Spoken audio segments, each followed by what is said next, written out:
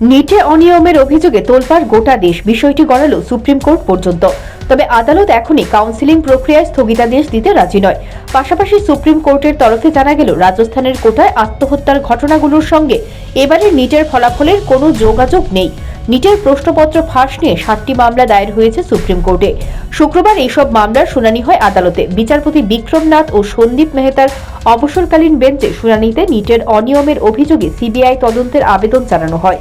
তবে সিবিআই তদন্তের নির্দেশ দেওয়ার আগে সব পক্ষ থেকে জবাব তলব করল সুপ্রিম কোর্ট। সিবিআই তদন্তের আবেদনের উপর নোটিশ জারি করল সুপ্রিম কোর্ট। আগামী 2 সপ্তাহের মধ্যে এনটিএ-কে জবাব দিতে বলা হয়েছে এই বিষয়ে। এছাড়াও আবেদনকারী এবং কেন্দ্র সরকারকেও নোটিশ জারি করেছে আদালত। আগামী 8 জুলাই পর্যন্ত তাদের উত্তর দেওয়ার জন্য সময় দেওয়া হয়েছে। ওই দিনই এই মামলার পরবর্তী শুনানি হবে। Bureau report, news prime Tripura.